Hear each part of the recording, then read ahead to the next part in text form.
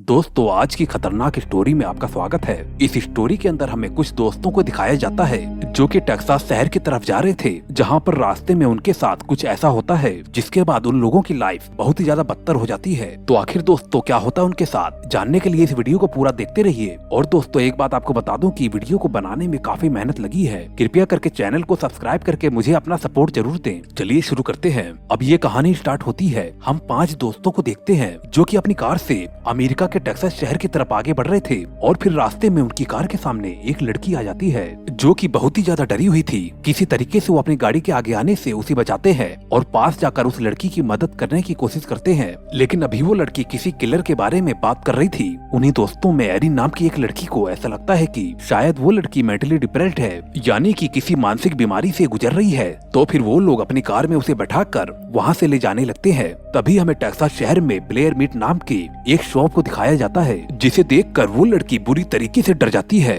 वो लड़की उन लोगों को कहती है कि वो गलत रास्ते पे जा रहे हैं और हड़बड़ी में उनकी कार को रोकने की कोशिश करती है। वो बहुत ही ज्यादा डरी हुई थी। किसी तरीके से वो लोग उसे रोकते हैं और फिर उस लड़की को समझाने की कोशिश करते हैं, लेकिन वो लड़की अपने पास में रखे हुए गन से अपने आप को ही शूट कर लेती है। इसके बाद कार में बैठे हुए सभी लोग बुरी तरीके से डर जाते हैं। अब उन लोगों को कुछ भी समझ में नहीं आ रहा था कि आखिर उस लड़की ने ऐसा क्यों कर दिया। ये सब नजारा देखकर कार में बैठे सभी लोग बाहर आते हैं और उस लड़की को ठिकाने लगाने की सोच रहे थे, क्योंकि वो लोग उस लाश को अपने साथ ले जाना नहीं चाहते थे। और उस लड़की की मौत और उसकी लाश के बारे में बताने के लिए वो पुलिस स्टेशन जाने का फैसला करते हैं, ताकि वो उस लड़की की लाश को पुलिस को देखकर इस मामले से फ्री हो सके। सभी लोग कार में बैठकर वहाँ से जाने लगते हैं और थोड़ी ही दूर पर जाने के बाद उन्हें एक गैस स्टेशन नजर आता है, जहाँ पर जाने के बाद वो लोग गैस स्टेशन के ओनर को पुलिस को कॉल लगाने के लिए कहते हैं। और अब वो औरत भी पुलिस स्टेशन में कॉल लगाने लगती है, लेकिन वो औरत उन लोगों को बताती है कि पुलिस ऑफिसर इस वक्त किसी फैक्ट्री में मौजूद है,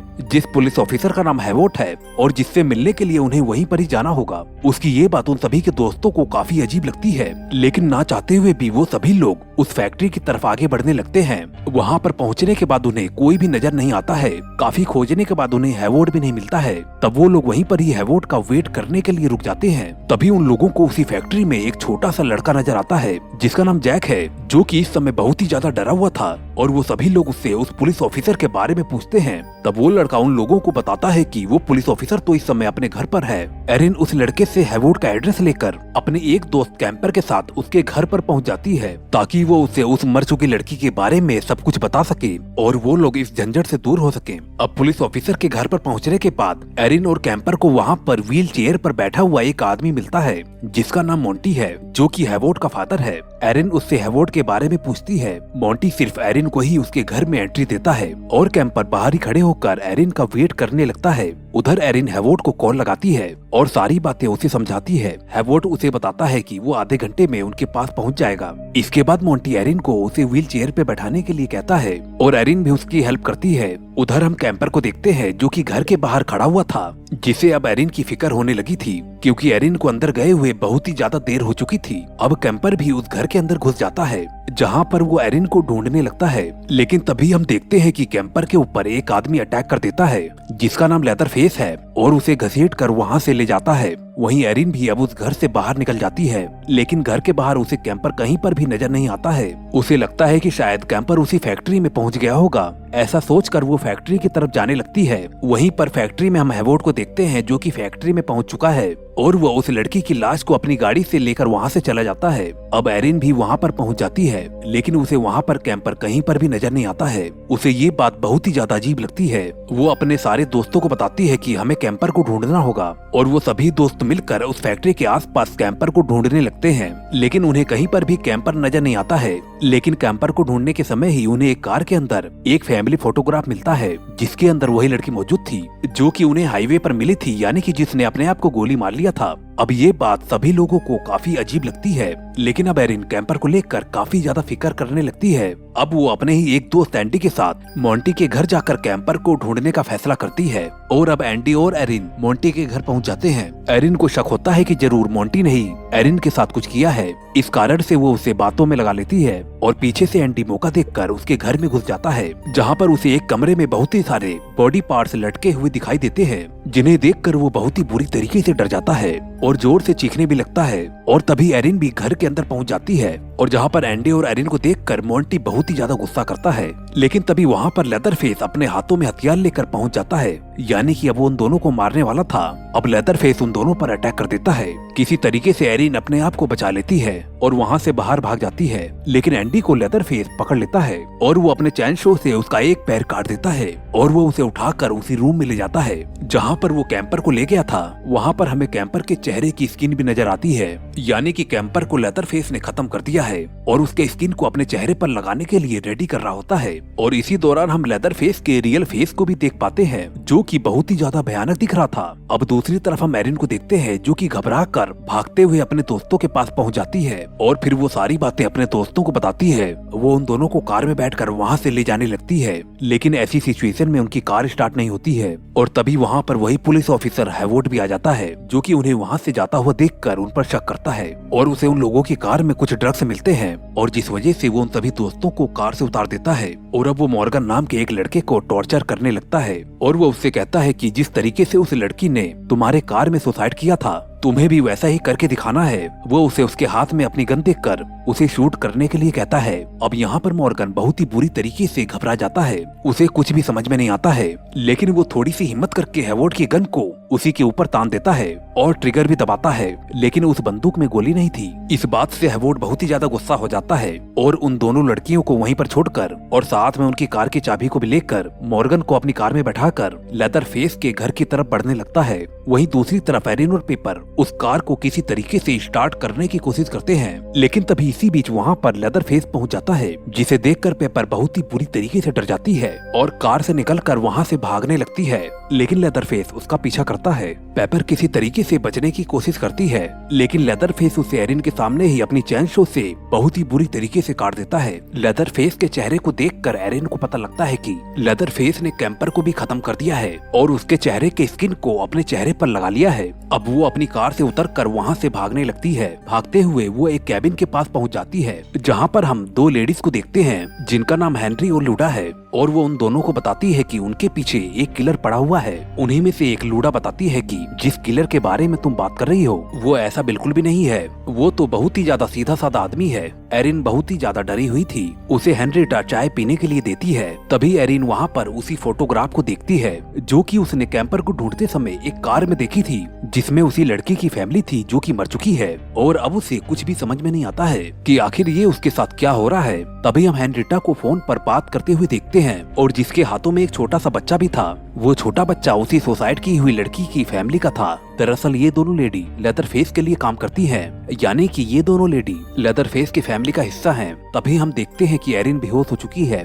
क्योंकि उन लोगों ने उसकी चाय में कुछ मिला दिया था। एरिन को जब होश आता है तो वो अपने आप को उसी घर में पाती है जहाँ पर लेदरफेस ने उसके सभी दोस्तों को खत्म कर दिया था। जहाँ पर हम लेदरफेस की फैमिली को भी देख पाते हैं जो कि लेदरफेस के साथ मिलकर आए दिन कई लोगों को अपना शिकार बनाते हैं और उन्हें बड़ी ही बेरहमी से खत्म भी कर देते हैं। उन्हीं लेडी में से जिसका नाम लूटा है, वो एरिन को बताती है कि लेदरफेस उसका बेटा है जिसे एक स्किन की बीमारी है, उनके स्किन को यूज करता है और उसमें उसका साथ पूरी फैमिली देती है। और यहाँ पर हमें पता चलता है कि हैवोड उसका बड़ा बेटा है और मोंटी लूटा का हस्बैंड है। और अब तभी वहाँ पर लेदरफेस पहुँच जाता है और एरिन को घसीट कर वहाँ से ले जाता है और फिर वो उसे बेसमेंट में कैद कर देता है, जहाँ पर एरिन को बहुत ही सारी लाशें नजर आती है और उसे वहाँ पर एंडी भी नजर आता है जिसे लेदरफेस ने एक हुक की मदद से ऊपर लटका कर रखा हुआ था। एंडी बहुत ही ज्यादा तकलीफ में होता है। ये देखकर एरिन उसे नीचे उतारने लगती है, लेकिन एंडी को बहुत ही ज्यादा दर्द हो रहा था। अब एंडी एरिन से कहता है कि वो इसे इस दर्द से बिल्कुल आजाद कर दे, यानी कि उसे खत्म कर दे। एरिन ऐसा करने से मना करती है, लेकिन बहुत ही ज्यादा कहने पर ना चाहते हुए भी एरिन एंडी को एक चाकू की मदद से खत्म कर देती है। वहीं पास में ही एरिन को एक बाथटब में मॉर्गन भी नजर आता है जिसे कि लेदरफेस ने बहुत ही ज्यादा टॉर्चर किया था। वो उसे वहाँ से बाहर निकालती है। तभी हम वहाँ पर उसी एक छोटे से लड़के को देखते हैं जिसका नाम जैक है, जो कि हैवोड का बेटा है। वो एरिन और मॉर्गन को वहाँ से बाहर निकालने के लिए उनकी मदद करने के लिए आया होता है और वो तीनों लोग मिलकर वहाँ से बाहर निकलने लगते हैं। लेकिन तभी वहाँ पर लेदरफेस अपनी चैन शूल लेकर आ जाता है और एरिन को पकड़ लेता है, लेकिन किसी तरह से वो अपने आप को बचा लेती है और वो दोनों वहाँ से निकल जाते हैं। मॉर्गन और एरिन पास में ही बने एक पुराने कैबिन में आके छिप जाते हैं, लेकिन उनका पीछा करते हुए लेदरफेस भी वहाँ पर पहुँच जाता है। एरिन किसी तरह से लेदरफेस से अपने आप को छिपाने की कोशिश करती है और थोड़ी देर बाद लेदरफेस वहाँ से चला जाता है। एरिन को लगता है कि लेदरफेस वहाँ से चला गया, जिससे कि वो चैन की सांस लेती है, लेकिन लेदरफेस कैबिन के दूसरी तरफ से उसके ऊपर अटैक कर देता है और उसे अपने चैन शो से काटने लगता है। लेकिन ऐसा करने से पहले ही मॉर्गन एरिन को बचाने के लिए लेदरफेस से लड़ने लगता है, मगर लेदरफेस मॉर्गन को उसी कैबिन में टांग देता है और अपनी चैन शो से एरिन के सामने ही उसकी बॉडी के 2 टुकड़े कर देता है। ये सब कुछ देखकर एरिन बहुत ही बुरी तरीके से डर जाती है और वहाँ से अपनी जान बचाने के लिए भागने लगती है, लेकिन लेदरफेस उसके पीछे चैन शो लेकर पड़ जाता है। भागते हुए एरिन एक बाउंड्री के पास पहुँच जाती है, जिसे वो आसानी से पार कर लेती है, लेकिन उसके पीछे आ रहा लेदरफेस उस बाउंड्री को पार नहीं कर पाता है और अपने हाथों में पकड़े हुए चैन शो से वो खुद ही घायल हो जाता है। एरिन अपनी जान बचाने के लिए एक बार फिर से भागने लगती है और भागते हुए वो हाईवे पर पहुंच जाती है, जहां पर उसे एक गाड़ी आते हुए नजर आती है। वो उस गाड़ी को रोक लेती है, लेकिन वो ड्राइवर उसकी मदद किए बिना ही वहां से चला जाता है।